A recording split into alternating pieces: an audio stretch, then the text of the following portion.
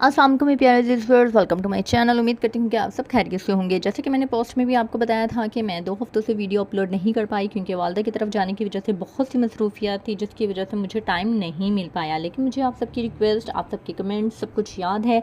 आज मैं आपके कमेंट्स की रिस्पॉन्स करने वाली हूँ। कमेंट्स बहुत ही ज़्यादा हैं क्योंकि 2-2.5 हफ्ते के जो हैं वो इकट्ठे हुए हैं, तो वीडियो काफ़ी लेंथी होने वाली है। हो सकता है कि मैं इस वीडियो के पार्ट्स बना दूँ एनी हाउ, लेकिन इस वीडियो में कमेंट्स बहुत ही ज़्यादा इस दफ़ा अच्छे हैं क्योंकि सवालात आप लोगों के बहुत अच्छे हैं। तो ये वीडियो सबके लिए इन्फॉर्मेटिव होने वाली है।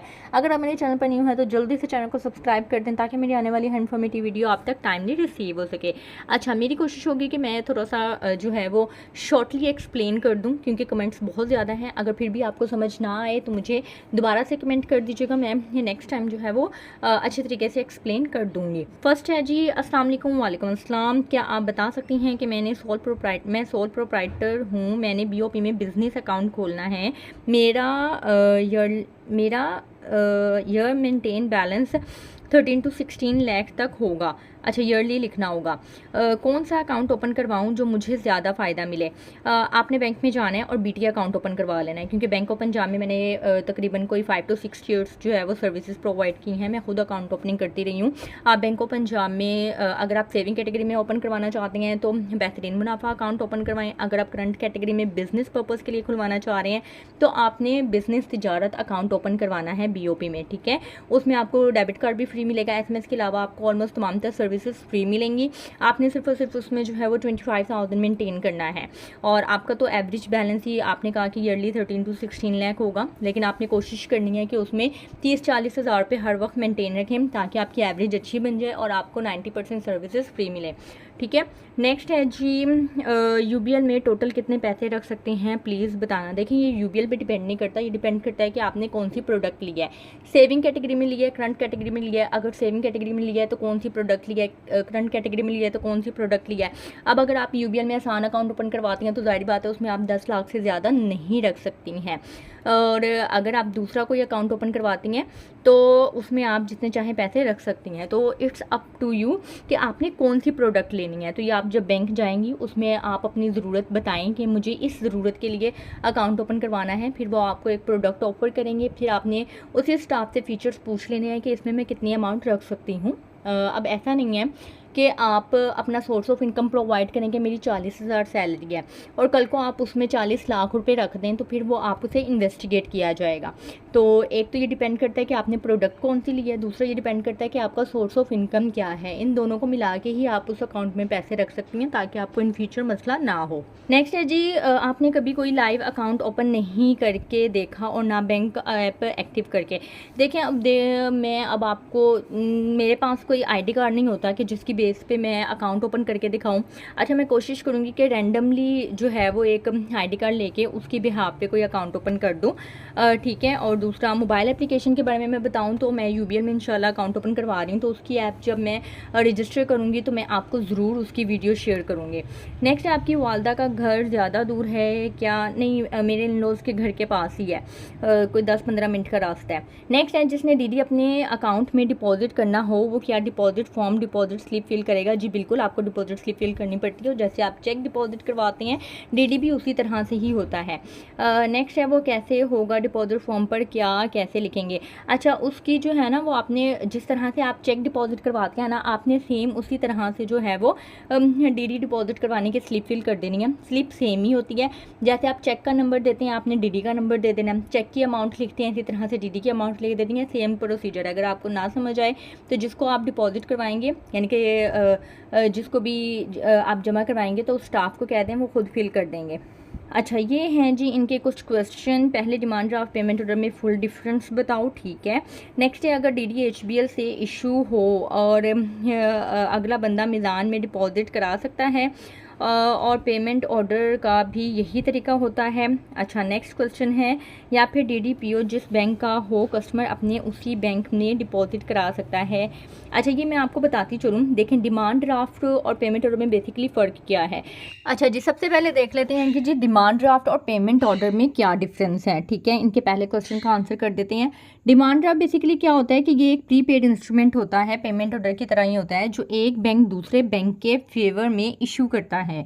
इसमें इशूइंग बैंक की गारंटी होती है और पेमेंट ऑर्डर भी प्रीपेड ही होता है, लेकिन ये सिर्फ सेम सिटी में और मोस्टली सेम बैंक या ब्रांचेस के दरमियान होता है। ये कस्टमर के बिहाफ पर इशू होता है लेकिन लोकल यूज़ के लिए होता है, ठीक है। यानी कि डीडी जो है वो इंटरसिटी ट्रांजैक्शंस के लिए, यानी कि आउट ऑफ सिटी की जो ट्रांजैक्शंस होती हैं उसके लिए डीडी बनाया जाता है, और जो पेमेंट ऑर्डर है वो यूजुअली सेम सिटी में पेमेंट के लिए बनाया जाता है, ठीक है। दूसरा क्वेश्चन था आपका जी, अगर DDHBL का इशू हुआ है तो मीज़ान बैंक में डिपॉजिट हो सकता है? जी बिल्कुल डिपॉजिट हो सकता है। अगर डिमांड ड्राफ्ट का बेनिफिशियरी आप हैं और वो मीज़ान बैंक के नाम पर या आपके नाम पर इशू हुआ है तो आप उसे मीज़ान बैंक में अपने अकाउंट में डिपॉजिट करवा सकते हैं। नेक्स्ट है जी, क्या डीडी या पेमेंट ऑर्डर सिर्फ उसी बैंक में डिपॉजिट होता है जहां से इशू होता है? नहीं, ऐसा नहीं होता। आप इसको चेक की तरह ही समझें, जैसे आप चेक को क्लियरिंग में भेज के इसको डिपॉजिट करवा लेते हैं, इसी तरह डीडी और पीओ जो है वो उन दोनों का भी यही हिसाब है। नेक्स्ट है जी, आपने पूछा कि क्या डिमांड ड्राफ्ट या पेमेंट ऑर्डर की कोई बुक मिलती है जैसे चेक बुक होती है? तो नहीं, इसकी कोई बुक नहीं होती, वो सिर्फ चेक बुक ही होती है जो आपको बुक की सूरत में मिलती है, क्योंकि डिमांड ड्राफ्ट या पेमेंट ऑर्डर की जो भी प्रिंट होते हैं वो बैंक वालों के पास ही होते हैं। नेक्स्ट है जी, कहीं कभी ऐसा तो नहीं होता या हुआ है कि बैंक में TDR लिए हो 1 साल 2 साल, कुछ टाइम बाद बैंक वाले कहें आपका TDR है भी कोई नहीं, कोई रिकॉर्ड शो नहीं हो रहा, हमें तो लॉस होगा फिर?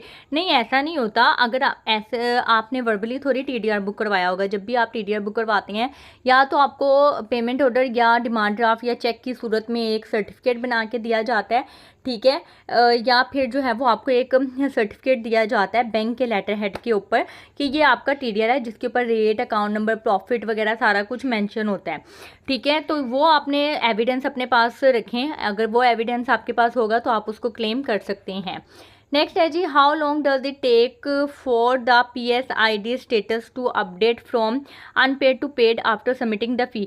ये तकरीबन 1 घंटे के अंदर शो हो जाता है। उनका कहना है कि अगर आपने फ़ीस पे कर दी है पासपोर्ट की ऑनलाइन तो कितने देर के बाद जो है वो आपको ये पेड स्टेटस शो हो जाता है।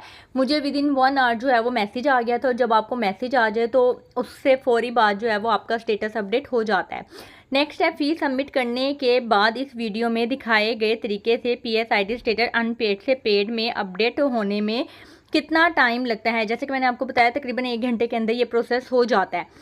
नेक्स्ट है, अगर फ्री डेबिट मिलने के बाद 40K से कम तो क्या उस डेबिट कार्ड के पैसे भी कटेंगे?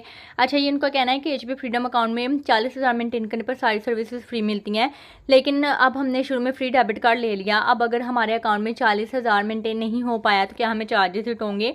जी बिल्कुल। नेक्स्ट ईयर जब आपका एनुअल फीस चार्ज होगी डेबिट कार्ड की तो पहले देखा जाएगा कि आपके सालाना एवरेज जो है वो 40K है या नहीं। अगर उससे कम होगी तो फिर आपको एनुअल फीस चार्ज होगी, अदरवाइज़ नहीं। नेक्स्ट है, हर month 261 rupees suspense debtors charges deduct होते हैं। काइंडली आप बता सकती हैं कि ये क्या चीज़ या किस चीज़ के चार्जेस हैं? अच्छा, सस्पेंस पता है क्या होता है? सस्पेंस चार्जेस होते हैं जिस चार्जेस का आपको पता ना हो और डिफरेंस आ रहा हो तो लेजर बैलेंस करने के लिए आपके सस्पेंस चार्जेस काटे जाते हैं। तो ये आप लाजमी अपनी बैंक स्टेटमेंट निकलवाएं या बैंक जाके कंफर्म करें कि ये किस चीज़ के चार्जेस हैं, वो आपको क्लियरली बताएंगे।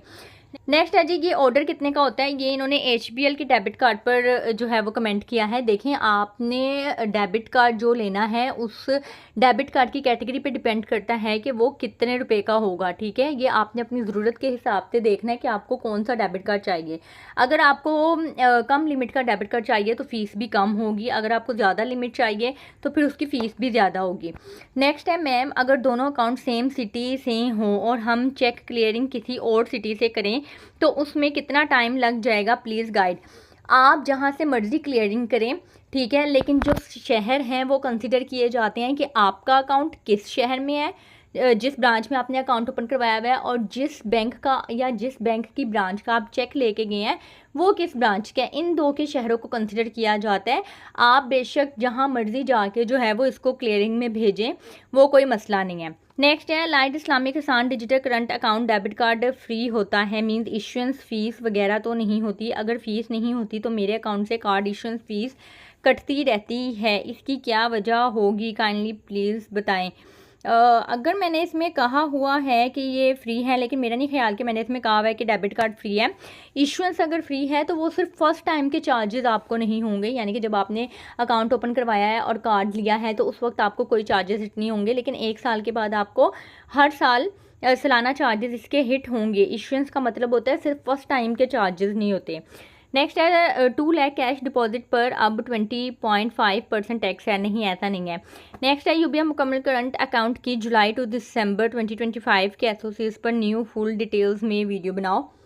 अच्छा ठीक है, मैंने इसका स्क्रीनशॉट ले लिया, इंशाल्लाह मैं जल्दी वीडियो बनाऊंगी। वैसे नेक्स्ट है purpose of account receiving payment सिर्फ रेमिटेंस अकाउंट में होता है या दूसरे अकाउंट में भी रिसीविंग पेमेंट हो तो अकाउंट कैसे कैसे कहाँ यूज़ होगा। रिसीविंग पेमेंट नहीं, यानी कि आपने प्रॉपरली लिखना होता है कि फॉर रेमिटेंस रिसीव। ठीक है, अगर आपने purpose of account for remittance receive लिखा हुआ है तो आप लोकली बहुत ज़्यादा ट्रांजेक्शन्स नहीं कर सकते, क्योंकि आपका purpose of account he remittance है। ठीक है, और नॉर्मली अगर आपने अकाउंट ओपन करवाया है तो उसमें अगर आपने मीन के रेमिटेंस अकाउंट के अलावा कोई अकाउंट ओपन करवाया है तो उसमें आप फिर रेमिटेंस रिसीविंग का पर्पस ना लिखें, उसमें आप कोई और पर्पस लिख लें जो ज़रूरत यानी कि जो यूसेज ज़्यादा हो। अगर आपने रेमिटेंस कभी कभी मंगवानी है लेकिन उस अकाउंट का मेन पर्पस आपका कुछ और है, तो जो मेन पर्पस होगा आपने वो लिखवाना है ताकि आपको मसला ना हो। नेक्स्ट है मेरे कज़न ने 6 मरले प्लॉट लिया है, अब वो उसी का फ़र्द निकाल के वहाँ के डीलर शो करें, अकाउंट ओपन होगा इनकम प्रूफ बनाकर। प्रॉपर्टी का सिनेरियो होता है ना, ये आप लेके भी जाएंगे ना ये फ़र्ज वगैरह कि मेरी ज़मीन है ये वो, तो बैंक वाले भागते हैं, वो बहुत जल्दी अकाउंट ओपन नहीं करते हैं क्योंकि इसकी डॉक्यूमेंटेशन अप्रूवल्स वगैरह बहुत लेंथी हो जाती है, इसकी इन्वेस्टिगेशन भी लेंथी हो जाती है। तो मेरा नहीं ख्याल कि इसका कुछ होगा। आप अगर आपने अकाउंट ओपन करवाना है तो आप जो आप बिज़नेस कर रहे हैं, जो आपका मेन सोर्स ऑफ इनकम है, उसके ज़रिए आप जो है वो अकाउंट ओपन करवा सकते हैं। नेक्स्ट है सेपरेट बैंक अकाउंट कैसे ओपन होता है रखें। सेपरेट बैंक अकाउंट आप कहीं पे भी ओपन करवा सकती हैं। किसी के अकाउंट में बैंक जाकर कैसे पैसे भेजें। किसी के अकाउंट में आपने जिस बैंक में अकाउंट यानी कि जिस बैंक के अकाउंट में पैसे भेजने हैं उस बैंक की किसी भी ब्रांच में जाके कैश डिपॉजिट करवा दें या फिर वहाँ पे जाके अपने अकाउंट का चेक डिपॉजिट करवा दें। नेक्स्ट है एटीएम कार्ड एनएफसी यूज़ करना ठीक है या अनसिक्योर होता है। अगर मिज़ान एटीएम कार्ड हो एचबीएल एटीएम मशीन में एनएफसी स्कैन होगा क्या फिजिकल एटीएम कार्ड इंसर्ट करें या एनएफसी, कौन सा ठीक है ज़्यादा सिक्योर। अच्छा, सबसे पहले तो मैं बता दूं कि ये एनएफसी है क्या। एनएफसी बेसिकली होता क्या है, एनएफसी होता है नियर फील्ड कम्युनिकेशन। ये भी एक अच्छा तरीका है ट्रांजैक्शन का, लेकिन हमेशा कार्ड का एनएफसी फीचर सिर्फ जब ज़रूरत हो तब ही ऑन रखें, वरना ऑफ कर देना ज़्यादा बेहतर होता है। एनएफसी वैसे तो सिक्योर होता है लेकिन बेहतर यही है कि आप एनएफसी ना यूज़ करें। ठीक है, आप एटीएम मशीन में स्पेशली फ़िज़िकली ही कार्ड को इंसर्ट करें और अपनी ट्रांजैक्शन करें। नेक्स्ट है कि अगर मिज़ान बैंक का एटीएम कार्ड हो तो क्या एचबीएल एटीएम मशीन में एनएफसी से काम करेगा। एचबीएल और कुछ और मॉडर्न बैंक्स की एटीएम मशीन्स में एनएफसी बेसिकली इनेबल्ड मशीन्स होती हैं, लेकिन इंटर बैंक एनएफसी स्पॉट हर जगह अवेलेबल नहीं होती। अगर एचबीएल एटीएम मशीन में एनएफसी अवेलेबल है तो आपका मिज़ान कार्ड अगर एनएफसी स्पॉटेड है तो काम कर सकता है, लेकिन ये बैंक टू बैंक और मशीन टू मशीन वेरी करता है। नेक्स्ट है कि फ़िज़िकली ज़्यादा बेहतर है या एनएफसी, तो सिक्योरिटी के लिए फ़िज़िकली इंसर्ट करना यूजुअली ज़्यादा बेहतर होता है क्योंकि एनएफसी एक्सीडेंटली भी स्कैन हो सकता है कि अगर ऑन होगा तो एनएफसी एक्सीडेंटली भी आपसे स्कैन हो सकता है और ट्रांजैक्शन हो सकती है। तो बेसिकली एनएफसी को ना कन्वीनियंस के लिए इस्तेमाल किया जाता है कि ज़्यादा आसान तरीके से आप ट्रांजैक्शन कर सकते हैं, क्योंकि एनएफसी फास्ट और कॉन्टैक्ट लेस होता है जिसमें पिन की ज़रूरत नहीं होती। यानी कि अक्सर आपने देखा होगा कि आप अक्सर मॉल में जाते हैं तो कुछ मॉल्स में पोस्ट मशीन जब आप इस्तेमाल करते हैं तो कभी कभी तो वो आपसे पिन मांग लेते हैं और कभी कभी आपका कार्ड बगैर इंसर्ट किए सिर्फ स्कैन करते हैं और स्कैन करके वो पेमेंट हो जाती है। तो वो जो स्कैन करते हैं ना वो समझ लें कि आपका एनएफसी ऑन होता है। अब एनएफसी बेसिकली होता क्या है, आप कार्ड की ना डेबिट कार्ड की फ्रंट साइड पे देखिएगा आपको हॉरिजॉन्टली जो है वो वेव्स नज़र आएंगी 3-4, जैसे वाईफाई की वेव्स होती हैं ना, वाईफाई के सिग्नल्स की, तो वाईफाई के सिग्नल्स की तो वर्टिकली होती हैं ना, ऊपर की तरफ जा रही होती हैं। इसकी एनएफसी की जो वेव्स होती हैं वो राइट साइड की तरफ जा रही होंगी, हॉरिजॉन्टली वेव्स बनी हुई होंगी। वो अगर बना हुआ है आपकी डेबिट कार्ड की फ्रंट साइड पे, इट्स मीन कि उसमें एनएफसी का फंक्शन है। अगर आपको मैं एंड करते हुए बताऊं तो मेरी तरफ से सजेशन ये है कि डेली यूज़ में अगर आपको एनएफसी का यूज़ ज़रूरी लगता है तो सिर्फ ट्रस्टेड ATM मशीन या पोस्ट मशीन पर ही करें। सिक्योरिटी कॉन्शियस लोग फिजिकली इंसर्ट प्रेफर करते हैं और वही करना ज़्यादा बेहतर होता है। अपना कार्ड कभी भी किसी के नज़दीक NFT ऑन करके ना करके लेके जाएं, क्योंकि इसमें रिस्क ज़्यादा होता है फ्रॉड का। होपफुली आपको आपके क्वेश्चन के आंसर्स मिल गए होंगे। नेक्स्ट है बॉन्ड इन्वेस्टमेंट सर्टिफिकेट कौन से होते हैं जिसमें इनामात निकलते हैं।